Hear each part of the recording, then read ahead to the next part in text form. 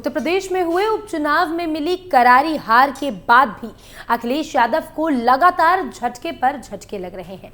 एक तरफ आजम खान की जेल से आई चिट्ठी ने पार्टी में घमासान छेड़ दिया है, तो वहीं दूसरी तरफ डिंपल यादव के सामने अखिलेश यादव फीके पड़ गए हैं। तो चलिए आपको बताते हैं कि सपा प्रमुख अखिलेश यादव कैसे तरह तरह की मुसीबतों में घिरते हुए नजर आ रहे हैं।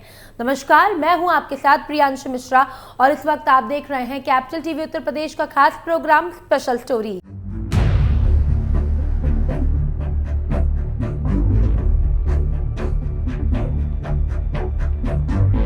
अपने पीडीए फॉर्मूले के साथ अखिलेश यादव ने उत्तर प्रदेश में 9 सीटों पर हुए उपचुनाव में कोशिश तो बहुत अच्छी की, लेकिन परिणाम उनके आशा के एकदम विपरीत ही आया, जिसके बाद से अखिलेश यादव तरह तरह के आरोप लगाते हुए नजर आए। उन्होंने बीजेपी और योगी सरकार पर चुनाव में गड़बड़ी करने और ईवीएम के साथ छेड़छाड़ करने का आरोप लगाया। उन्होंने ये भी आरोप लगाया कि योगी पुलिस और प्रशासन लोगों को वोट देने से रोक रहे हैं और तरह तरह के पोस्ट और वीडियोस भी उन्होंने सोशल मीडिया प्लेटफॉर्म एक्स पर भी शेयर किए। लेकिन इसके बावजूद भी 9 सीटों में से 7 पर कमल खिला था। लेकिन अखिलेश यादव ने चुनाव में जो भी मेहनत की थी उसका क्रेडिट उनको मिलने के बजाय उनकी धर्मपत्नी डिंपल यादव को मिला। दरअसल उत्तर प्रदेश की मुख्य विपक्षी पार्टी यानी समाजवादी पार्टी ने पहली बार चुनावी जीत का क्रेडिट पार्टी प्रमुख और पूर्व मुख्यमंत्री अखिलेश यादव के अलावा किसी और को और उसकी लोकप्रियता को दिया है।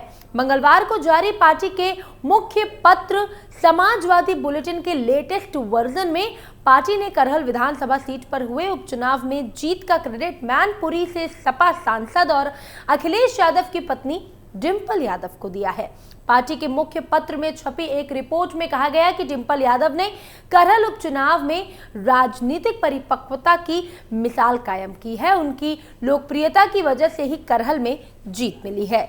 मुख्य पत्र में हुई डिंपल की तारीफ। सपा ने अपने मुख्य पत्र में डिंपल यादव की तारीफ में लिखा है कि उन्होंने इस उपचुनाव में न केवल पार्टी के प्रचार अभियान की कमान संभाली, बल्कि निर्वाचन क्षेत्र में डेरा डाला और अपनी लोकप्रियता और विशेष राजनीतिक और रणनीतिक कौशल ने भाजपा की योगी आदित्यनाथ सरकार के सियासी चालों और दावों को भी विफल कर दिया।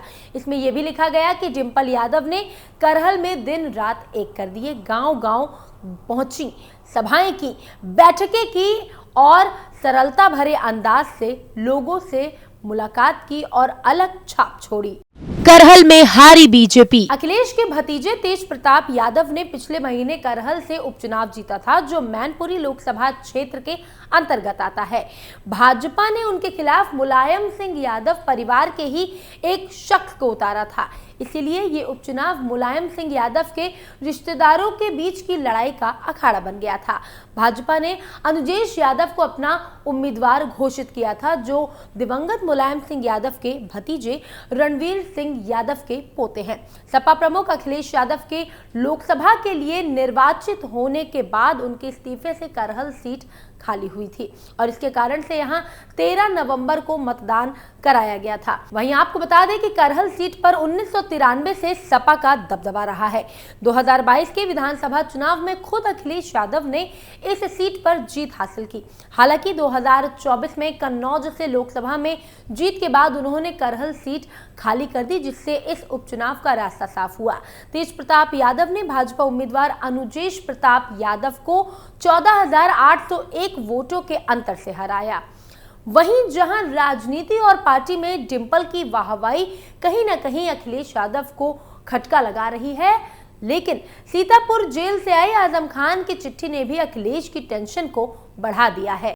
आजम ने भेजी जेल से चिट्ठी। उत्तर प्रदेश के सीतापुर जेल में बंद समाजवादी पार्टी के महासचिव और यूपी के पूर्व मंत्री आजम खान ने जेल से एक संदेश भेजा है, जो यूपी के मुस्लिम वोट बैंक की राजनीति करने वालों के बीच एक नए राजनीतिक समीकरणों के अध्याय की शुरुआत की तरफ इशारा कर दिया है। समाजवादी पार्टी की रामपुर इकाई के जिला अध्यक्ष अजय नागर ने एक पत्र जारी करके लिखा कि ये मोहम्मद आजम खान का जेल से संदेश है। उसमें उन्होंने कहा कि समाजवादी पार्टी रामपुर में हुए जुल्म और बर्बादी का मुद्दा संसद में उतनी ही मजबूती से उठाए जितना संभल का, क्योंकि रामपुर के सफल तजुर्बे के बाद ही संभल पर आक्रमण हुआ है। रामपुर की बर्बादी पर इंडिया गठबंधन खामोश तमाशाई बना रहा और मुस्लिम लीडरशिप को मिटाने का काम करता रहा। इंडिया ब्लॉक को अपनी स्थिति स्पष्ट करनी होगी, अन्यथा मुसलमानों की ताकत और भविष्य पर विचार करने के लिए मजबूर होना पड़ेगा। मुसलमानों पर होने वाले हमलों और उनकी मौजूदा स्थिति पर तथा अपनी नीति पर खुलकर स्थिति स्पष्ट करें। यदि मुसलमानों के वोट का कोई अर्थ ही नहीं है और उनके वोट का अधिकार उनकी नस्लकुशी कर रहा है, तो उन्हें विचार करने पर मजबूर होना पड़ेगा कि उनके वोट के अधिकार को रहना चाहिए या नहीं। बेसहारा, अलग थलग और अकेला खाक व खून में नहाया हुआ अधिकार, इबादत गाहों को विवादित बनाकर समाप्त करना इत्यादि केवल साजिश करने वालों, षड्यंत्र रचने वालों तथा दिखावे के हमदर्दी के लिए देश की दूसरी आबादी को बर्बाद और नेस्तो नाबूद नहीं किया जा सकता।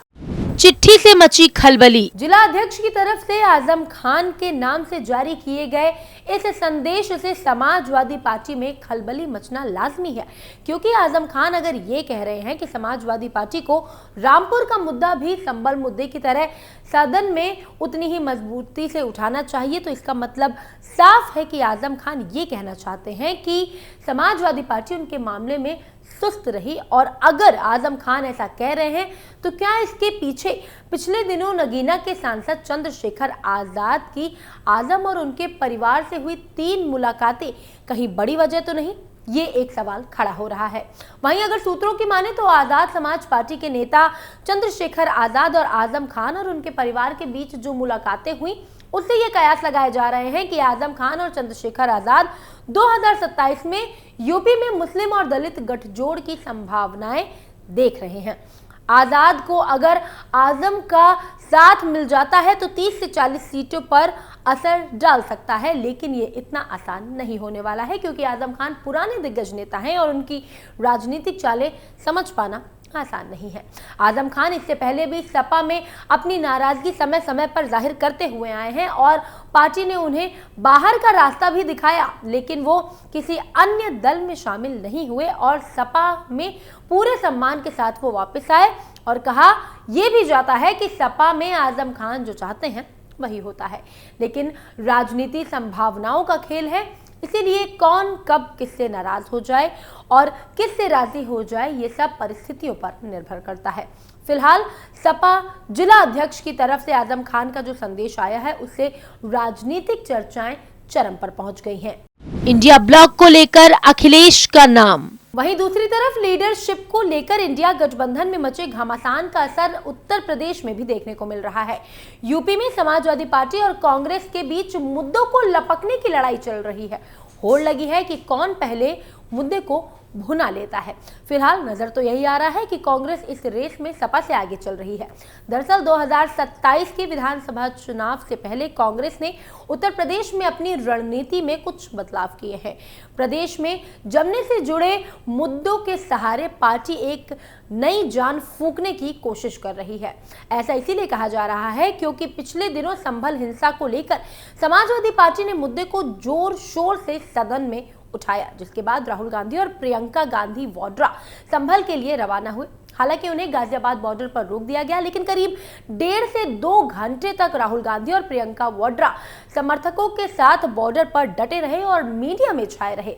इसके बाद 2 दिन पहले ही संभल हिंसा में मारे गए लोगों के परिजनों ने दिल्ली में राहुल गांधी से मुलाकात की और मदद मांगी। राहुल गांधी ने उन्हें मदद का आश्वासन भी दिया है। कहा यह जा रहा है कि राहुल गांधी ने अखिलेश से बाजी मार ली है, लेकिन इन सब के बीच अखिलेश और राहुल के अलावा भी इंडिया ब्लॉक की दावेदारी टीएमसी नेता और पश्चिम बंगाल के मुख्यमंत्री ममता बनर्जी ने ठोक दी है। उन्होंने इंडिया गठबंधन को लीड करने की इच्छा जताई है, जिसके समर्थन में लालू प्रसाद यादव, शरद पवार समेत कई अन्य नेता भी हैं। लेकिन अब ये देखना काफी दिलचस्प होगा कि इंडिया गठबंधन की सामान किसके हाथ में जाती है।